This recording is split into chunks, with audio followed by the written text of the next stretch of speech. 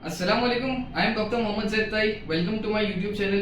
तो जैसे कि आपने थंबनेल पे देख चुके होंगे कि आज का वीडियो वेरिकोज वेन के बारे में है। तो इसी टॉपिक के ऊपर हम डिस्कस करेंगे कि क्या होता है वेरिकोज वेन, क्यों होता है, कैसे होता है और इसको हम कैसे फिजियोथेरेपी करके टैकल कर सकते हैं। ये सारी बातें हम डिस्कस करेंगे।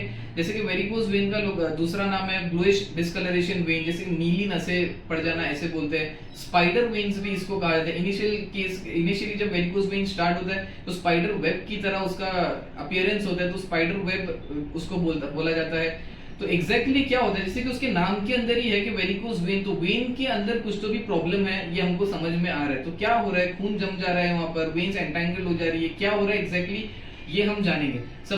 सबसे पहले हम बात करेंगे आर्टरीज और वेन्स के बारे में। तो हार्ट का काम क्या करे, हार्ट जो है ऑक्सीजनेटेड ब्लड आर्टरीज के थ्रू बॉडी के पार्ट्स को और बॉडी के ऑर्गन्स को सप्लाई करता है, और बॉडी के अलग अलग पार्ट्स और जो है ऑर्गन्स डीऑक्सीजनेटेड ब्लड वेन्स के द्वारा, वेन्स के थ्रू हार्ट को सप्लाई करते हैं। तो वेन्स का काम क्या है कि डीऑक्सीजनेटेड ब्लड जो है बॉडी के अलग अलग पार्ट से और ऑर्गन से हार्ट की तरफ सप्लाई करना, तो यही वेन्स का काम है। तो इसी सिलसिले में जैसे कि अभी लोअर लेग्स के बारे में हम बात करें, तो पैरों से जब डीऑक्सीजनेटेड ब्लड हार्ट की तरफ जाता है वेन्स में, और जो वेन्स की जो है उस वेन्स का जो काम करने का तरीका है वो अगर बिगड़ जाता है, उसके अंदर उसका संतुलन बिगड़ जाता है, तो वो बराबर काम नहीं करने की वजह से वेरिकोज वेन होता है। तो एग्जैक्टली होता क्या है उसके अंदर,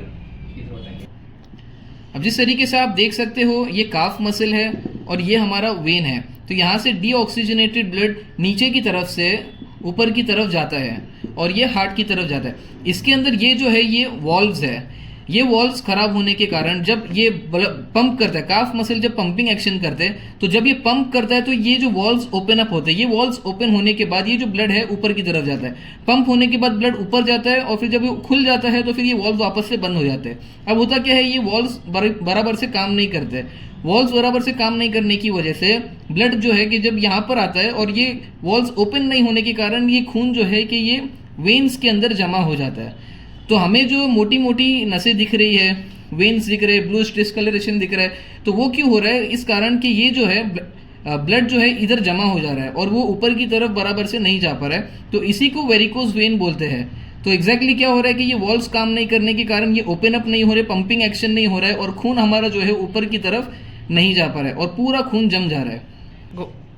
तो जिस तरीके से अभी हमने देखा कि वेरिकोज वेन के अंदर ब्लड एक जगह के ऊपर जमा हो जा रहा है, वॉल्व्स काम नहीं कर रहे, ओपन अप नहीं हो रहे, तो ब्लड क्या है वेन्स के अंदर जमा हो जा रहा है और ये डीऑक्सीजनेटेड ब्लड हार्ट की तरफ नहीं जा पा रहा है, तो एक ही जगह जमा हो होके जो है कि वो फूक जा रही है।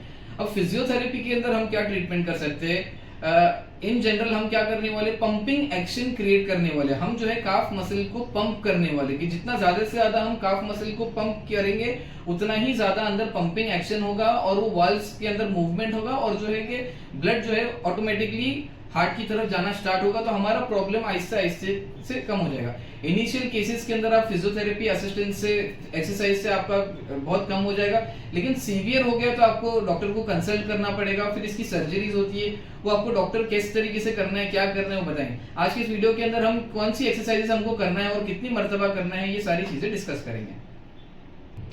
सबसे पहली एक्सरसाइज हमको एटीएम करना है, एंकल टो मूवमेंट। तो उसके लिए क्या करना है, आपको पिलोज रखने, 3-4 पिलोज रखने, और ये लेवल जो है आपका हार्ट लेवल के ऊपर आपका होना चाहिए। 3 की जगह आप 4 पिलोज भी रख सकते हो, और सुपाइन लाइन में आपको लेटना है, सीधी तरीके से लेटना है। ये पिलोज की हाइट अभी कम है, आप जब करोगे तो 4 से 5 पिलो रखना है और उसकी हाइट इतनी होना चाहिए।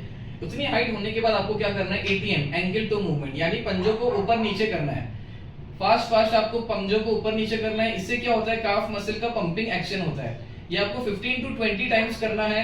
15 to 20 टाइम्स जिस तरीके से हो जाएगा तो फिर आपको रुक जाना है, होल्ड करना है 10 to 15 सेकंड्स के लिए, फिर वापस से आपको 15 से 20 मरतबा करना है, और इस तरीके से आपको जो है 5 मरतबा करना है।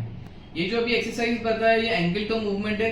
इसी का प्रोग्रेशन अभी हमको क्या करना है, यहाँ पर लेटना है, वॉल के ऊपर आपको पैर रखना है और सेम एटीएम्स आपको करने हैं, 15 to 20 टाइम्स करना है और 5 मरतबा करना है। जिस तरीके से मैंने आपको बताया, ये पोजीशन आपको लेना है, पैर ऊपर की तरफ होंगे और जो पंजे ऊपर नीचे आप पहले कर रहे थे वही आपको करना है। यहाँ पर 15 to 20 रेपिटेशंस आपको करना है, और वो होने के बाद 10 to 15 सेकंड्स का ब्रेक लेके फिर से करना है, 5 मरतबा आपको करना है।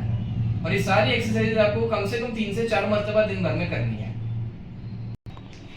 तीसरी एक्सरसाइज अब हमको क्या करना है, उसके अंदर हमको फोम रोलर यूज करना है। काफ मसल्स को रिलैक्स करने के लिए, उसकी फ्लेक्सिबिलिटी बढ़ाने के लिए, टाइटनेस कम करने के लिए हमको क्या करना है, फोम रोलर को नीचे रखना है और इस तरीके से पैर को रखना है और प्रेशर दबाना है। काफ मसल से नीचे की तरफ प्रेशर दबा के फिर आपको इस तरीके से मूव करना है।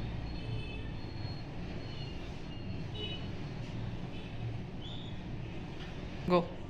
और चौथी एक्सरसाइज और आखिरी एक्सरसाइज आपको क्या करना है, काफ मसल का स्ट्रेचिंग करना है। एक्चुअली वेरिकोज वेन होने की वजह से क्या होता है, स्टिफनेस बढ़ जाता है, टाइटनेस बढ़ जाता है, तो उसको कम करने के लिए हम स्ट्रेचिंग करेंगे। सेल्फ स्ट्रेचिंग आपको करना है।